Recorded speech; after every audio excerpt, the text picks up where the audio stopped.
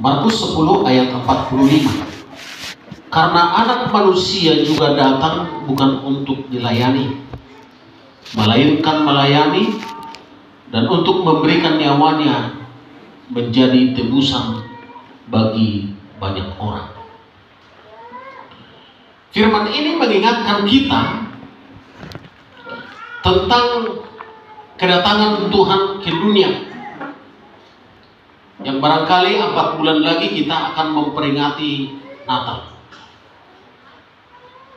Waktu 4 bulan adalah waktu yang sangat pendek, dan untuk itu kita harus mempunyai persiapan tentang kedatangan Tuhan ke dunia ini, di dalam menyerahkan nyawanya dalam proses yang boleh berjalan sepanjang penyelamatan itu. Dikatakan oleh firman Tuhan bahwa kedatangan Yesus ke dunia ini hanya untuk melayani dan bukan untuk dilayani. Tentu saja kita semua berhadapan dengan pelayanan, baik jemaat, hamba Tuhan, semuanya kita ini diperhadapkan dengan pelayanan. Baik pelayanan secara rohani maupun pelayanan secara sosial, bahkan juga di tengah-tengah keluarga. Semua kita diperhadapkan dengan pelayanan. Pelayanan ini dapat mencakup pelayanan di tengah-tengah gereja. Ada yang berkhotbah, ada yang WL, ada yang singer, ada yang pemain musik, dan bahkan juga jemaat Allah saling melayani satu dengan yang lain. Ini adalah pelayanan rohani yang secara umum dapat kita lihat dan secara umum dapat kita rasakan. Tetapi pelayanan bukan sebatas pelayanan antar, tetapi adalah pelayanan pribadi, pelayanan personal, pelayanan keluarga, untuk menjangkau orang-orang untuk diselamatkan.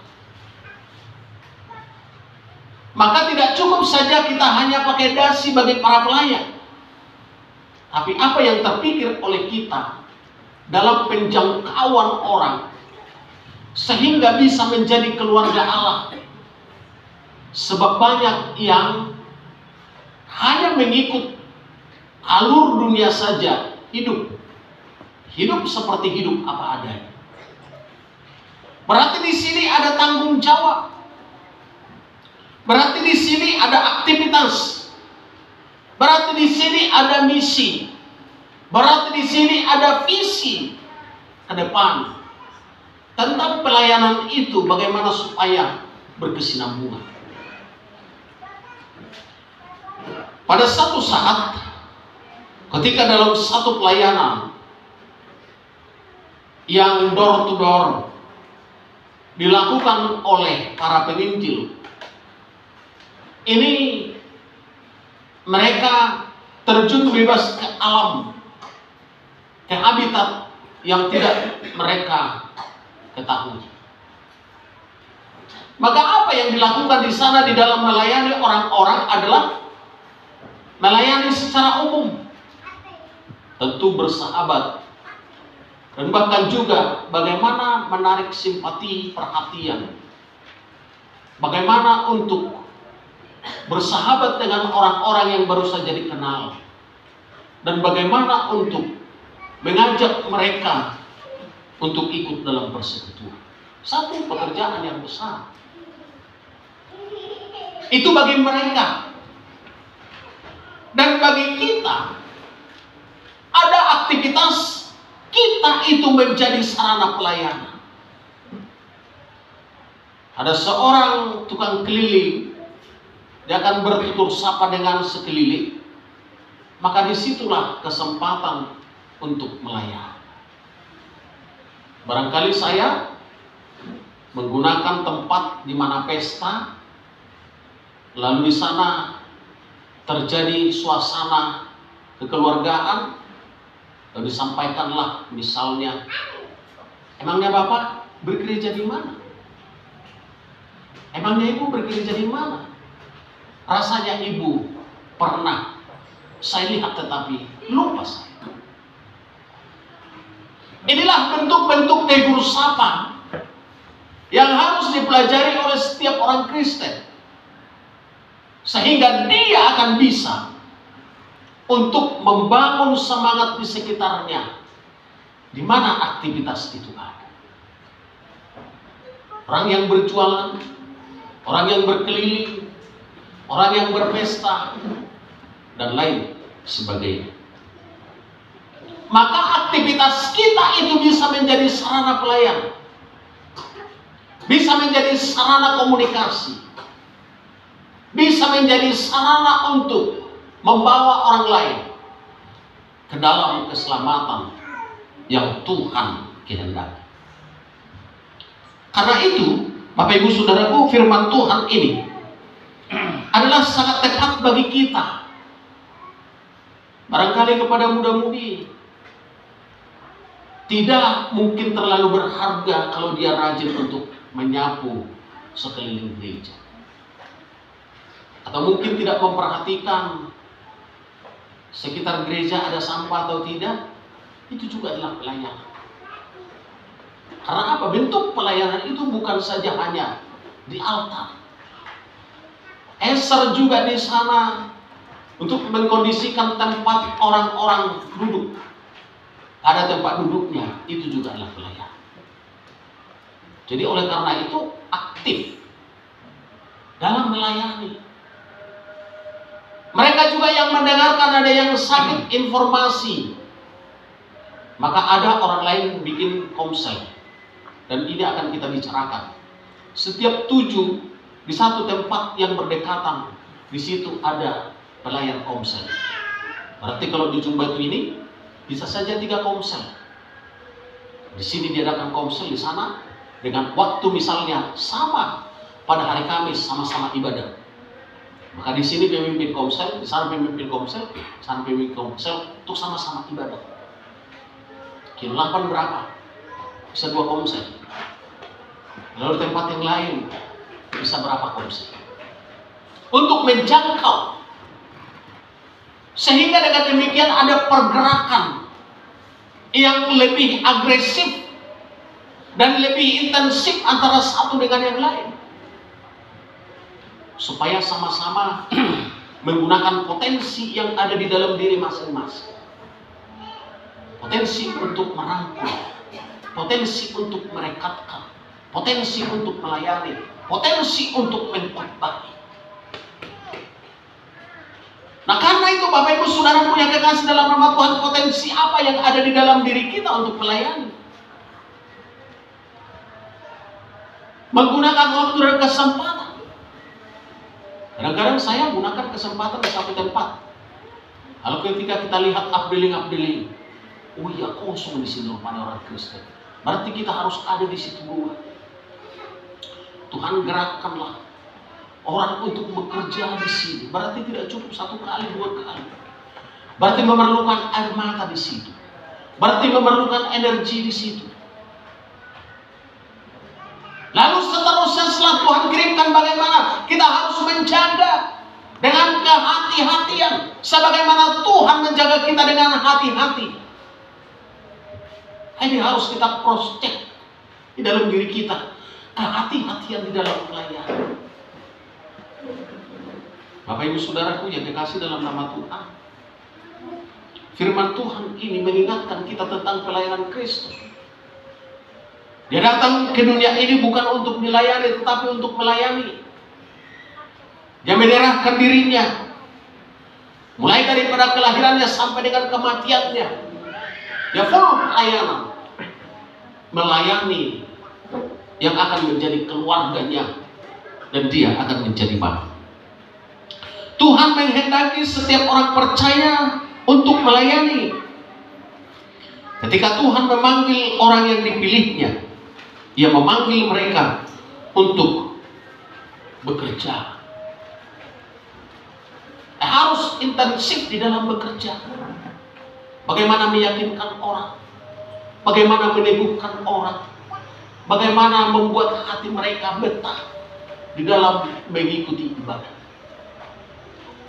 Maka oleh karena itu yang duduk di sekitar dan di sisi kita itu harus merasa nyaman dengan kita. Bapak Ibu Saudara, muda-mudi, yang di sampingmu itu harus nyaman duduk bersama engkau di dalam beribadah. Karena apa? Kesungguhanmu di dalam beribadah. Engkau tidak terganggu dengan bunyi-bunyi di sekelilingmu. Engkau memperhatikan bagaimana engkau beribadah yang sesungguhnya kepada Tuhan. Itu juga adalah melayani. Melayani itu juga adalah menjaga diri di dalam fokus kepada Tuhan dalam ibadah. Karena itu banyak hal yang harus kita perhatikan dalam melayani Tuhan ini. Yang sangat mengagumkan adalah kehadiran Tuhan kita ke dunia ini semata-mata untuk melayani kita, umat manusia. Luar biasa. Dan di dalam keluar biasaan itu maka kita harus membuat satu tekad dan mengingat dari firman Tuhan yang kita dengarkan ini, yang perlu harus kita belajar. Yang pertama, kita diciptakan untuk melayani Allah. Dari sejak awal sudah diciptakan manusia itu keinginannya Allah untuk melayani Tuhan. Bukan saja hanya memenuhi planet bumi ini, tetapi keinginan Tuhanlah supaya Anda melayaninya, menghormatinya, memuliakannya. Harus ingat itu. Maka tugas kita sebagai makhluk yang diciptakan adalah supaya kita jangan lalai untuk memuliakan Tuhan, melayani Tuhan. Kadang-kadang kita sering terkecoh dengan keadaan dan situasi. Kenapa? Karena sering pada hari Minggu itu ada kegiatan-kegiatan, ada arisan lah dan lain sebagainya. Ya, kalau arisan itu ada ibadah di situ. Tetapi ini sering mengganggu. Karena itu kita harus berjuang juga ini. Syukur di ujung batu ini tidaklah hari pasar itu yang menjadi dominan pada hari ini. Sudah ada perimbangan. Waktu masih baru-baru di sini, sekitar tahun 93, itu hari Minggu itu adalah hari pasar. Dan banyak orang gangguan atau terganggu untuk beribadah. Karena memang hari Minggu itu adalah pasar utama. Maka pernah kami berbincang dengan hamba-hamba Tuhan, teman-teman kita dalam pertemuan. Kita harus doakan sehingga bukan hanya hari Minggu pusat perbelanjaan atau hari perbelanjaan ujung batu. Jawaban Tuhan itu tepat waktunya, ada prosesnya. Sehingga bukan hanya hari Minggu lagi orang berbelanja, malah hari-hari biasa yang lebih banyak berbelanja. Maka kita harus perhatikan bagaimana Tuhan dan campur tangan Tuhan di dalam bekerja. Asalkan kita melakukannya untuk Tuhan, maka semuanya akan indah pada waktunya. Karena itu kesetiaan kita dituntut. Karena itu visi kita dituntut. Karena itu pengorbanan kita dituntut. Karena itu kemampuan kita dituntut. Kemampuan kita untuk melayani orang yang sangat sederhana. Yang barangkali mereka 1 kali seminggu mandi. Masih ada itu di sekitar kita, masih di pinggiran-pinggiran itu. Dan itu sudah kita lihat di pinggiran kota ini. Sebentar anak-anaknya itu mandi-mandi di kolam-kolam yang kotor itu dan dipanggil sekolah minggu, itu juga harus dilayani. Jadi posisikan diri kita sebagai pelayan, posisikan diri kita sebagai budak.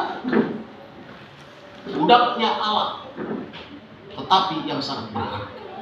Yang kedua, kita diselamatkan untuk melayani Allah. Dalam penyelamatan Tuhan kepada kita yang prosesnya sangat panjang itu, mulai dari kelahirannya sampai dengan kematiannya itu, sampai naik ke surga, kita di dalam Kristus yang Dia berkorban, mengorbankan hatinya, mengorbankan hidupnya, itu juga adalah teladan bagi kita. Pertanyaan kita, pengorbanan apa yang sudah kita kerjakan untuk melayani Tuhan? Atau apa yang sudah kita perbuat di dalam melayani Tuhan? Dan apa yang menjadi rencana kita di dalam melayani Tuhan? Bapak Ibu Saudaraku yang dikasihi dalam nama Tuhan, supaya ini menjadi bahan PR bagi kita semua, dan terkhusus kepada para pelayan Tuhan, para hamba Tuhan. Karena banyak pekerjaan yang harus kita kerjakan. Jangan cintai jabatan, tapi cintailah pelayanan untuk Tuhan. Banyak orang sekarang mencintai jabatan, tapi banyak tercela, karena pada akhirnya menjadi bacaan orang yang jelek. Lebih bagus kita memiliki jabatan yang rendah, tapi citra kita adalah citra baik, baik di mata manusia dan baik di mata Tuhan. Lebih baik orang berpangkat rendah, tetapi berpembawaan berpangkat yang besar, daripada berpangkat yang besar, tetapi dalam pelayanan yang terkecil pun tidak sama. Karena itu introspeksi diri kita di dalam melayani Tuhan ini harus ada. Benarkah kita ditempatkan Tuhan? Benarkah kita dalam melayani Tuhan? Sehingga kita tidak tercela di mata Tuhan, tetapi adalah menjadi kesayangan Tuhan. Karena kita diselamatkan dalam proses yang sangat besar itu untuk melayani. Yang ketiga, kita dipanggil untuk melayani Allah. Diciptakan, diselamatkan, dan dipanggil. Kita dipanggil menjadi keluarga Allah di tengah-tengah gereja kita untuk melayani Tuhan. Dipanggil menjadi keluarga Allah, dan Dia menjadi Bapa kita, kita menjadi anak-anaknya. Disebutlah kita bersaudara. Bagaimana kita sesungguhnya bersaudara di dalam Tuhan? Saling menjagakah kita? Saling memotivasikan kita? Saling menguatkankah kita? Saling mendoakankah kita? Ini pertanyaan kepada kita, dan kita harus jawab masing-masing. Sebab menjadi keluarga Tuhan itu, keluarga Allah itu tidak gampang. Adalah sesuatu panggilan yang besar kepada kita. Maka ketika kita menjadi keluarga Allah, duduk bersama memuji Tuhan, dikatakan mata Tuhan tertuju untuk memerintahkan berkat. Jadi kalau berkat itu belum datang sampai pada hari ini, berarti ada noda-noda penghalang. Karena kadang-kadang noda ini tidak nampak. Kita sering menyimpan rasa kepahitan, mudah tersinggung, dan bahkan suka menyinggung. Karena inilah panggilan kepada kita untuk melayani Allah, harus kita jaga dan harus kita perhatikan. Yang keempat adalah kita diperintahkan untuk melayani Tuhan. Kita ada mendapatkan perintah, khususnya para hamba Tuhan. Bagaimana kita menjangkau kecamatan Rokan Umpokoto? Adakah di situ kantong-kantong suara? Bagaimana kita menjangkau ke daerah Sontang? Adakah memungkinkan di situ kantong-kantong suara? Bagaimana kita menjangkau kecamatan Kabun? apakah di situ memungkinkan kita akan diberkati? Ini adalah perintah sampai ke ujung bumi, di mana bisa kita jangkau untuk melayani Tuhan. Karena itu kita mulai dari yang terdekat. Kita harus berpraktek dari tempat kita dalam melayani orang, dalam merangkul orang, dalam menguatkan orang, dalam memberkati orang. Tak mungkin kita akan berangan-angan, tetapi yang di dekat kita belum bisa kita kerjakan. Buktikan bahwa yang di dekat kita bisa kita kerjakan. Buktikan bahwa kita dapat merangkul orang dengan baik. Bapak Ibu Saudaraku, saya sering mengatakan tahun 2030 hendaknya kita menjadi sampai 3.000 jiwa. Dan untuk itu kita membangun sehingga gedung akan tempat KKR itu yang dipersiapkan Tuhan dapat diduduki. Itu seiring dengan visi dan misi kita ke depan. Nah, bagaimana kita menjadi garam dan terang bagi sesama untuk bisa merangkul orang lain? Harus kita mulai dari diri kita. Harus kita mulai dari pelayanan yang sederhana. Walaupun itu harus membutuhkan energi yang besar. Kadang-kadang kita harus berperang. Kadang-kadang kita harus bergelut. Kadang-kadang kita harus berbeda-beda. Tetapi ada tangan Tuhan yang besar, yang dahsyat untuk bisa kita pakai untuk mendopang kita, untuk menguatkan kita. Maka jangan hanya diri kita yang kita pikirkan. Terlalu kecil kalau hanya diri kita pikirkan. Sebab Tuhan sudah mempersiapkan kebutuhannya itu sejak awal. Berarti yang kita pikirkan adalah bagaimana menyesuaikan dengan pikiran Kristus dalam proses pelayanan itu, sehingga pelayanan itu tidak mengambang, tapi pelayanan itu tertuju dan mengerucut ke tempat yang di sana ada dimenangkan, yang di sana ada diselamatkan, yang di sana ada yang harus diangkat, dan lain sebagainya. Bapak Ibu Saudaraku yang kasih sama Tuhan, saya melihat banyak doa yang harus kita doakan. Mengisi abdeling. Andaikan abdeling Sungai Rokan ada 12 abdeling, terisi 10 kakak saja dalam satu abdeling, dengan ratusan kakak di sana. Kita ambil 10% saja, atau 5% saja, 10 kakak. Berarti 12, 120 kakak. Kali 5, berarti berapa orang di situ yang diselamatkan? Doa. Berarti harus banyak doa. Berarti harus banyak pengorbanan, harus banyak air mata. Berarti banyak air mata itu banyak merendahkan diri.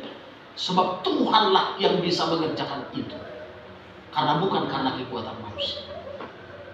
Nah, di ujung batu ini masih banyak tempat-tempat yang harus kita tembus. Karena di sana banyak mereka yang belum terjangkau oleh kerajaan. Adakah kita boleh melihat itu dengan mata rohani? Adakah kita dapat melihat itu dengan mata iman kita? Sedang apa mereka di sana? Dan bagaimana seharusnya mereka akan dibawa bersama dengan kita? Karena itu Bapak Ibu Saudaraku, banyak yang harus kita kerjakan dalam pelayanan ini. Baik juga sebagai jemaat. Karena Bapak Ibu sebagai jemaat bukan saja hanya untuk mendengar firman, tetapi pelaku firman. Dan bahkan juga bisa mengerjakan firman itu untuk melayani yang lain sebagai sumber informasi. Informasi berita baik, informasi keselamatan. Maka diri kita harus perlu kita persiapkan. Yang pertama, kita harus memberi diri. Kita harus memberi diri untuk dipakai oleh Tuhan. Sebagai jemaat saya harus bisa dipakai oleh Tuhan. Bukan saja hanya pendengar firman Tuhan, tetapi pelaku firman Tuhan. Maka berita firman Tuhan sampai ke ujung dunia juga oleh jemaat. Karena itu bantu kami Dalam melayani Tuhan, bantu kami untuk informasi. Ada jemaat kita yang begini, ada jemaat kita yang begini, dengan HP-HP kita yang ada. Mudah-mudahan, dan kita harus doakan, sistem Komsel ini kita harus kembangkan sehingga ada kantong-kantong pelayanan yang terdekat, sehingga ada komunikasi yang intensif di antara jemaat Tuhan di sekeliling untuk bisa melayani. Kita harus memberi diri, kita harus dipakai Tuhan, kita harus mau dipergunakan oleh Tuhan. Yang kedua, kita semua harus melayani dengan hati. Bagaimana melayani dengan hati ini? Ada kesungguhan, ada tekad. Berarti bukan saya hanya saja selamat, bukan saya saja yang harus diberkati, bukan saya saja yang harus menerima, tetapi saya juga harus melayani yang lain, sehingga yang lain dapat menerima seperti saya, dapat diberkati seperti saya, dapat dikuatkan seperti saya.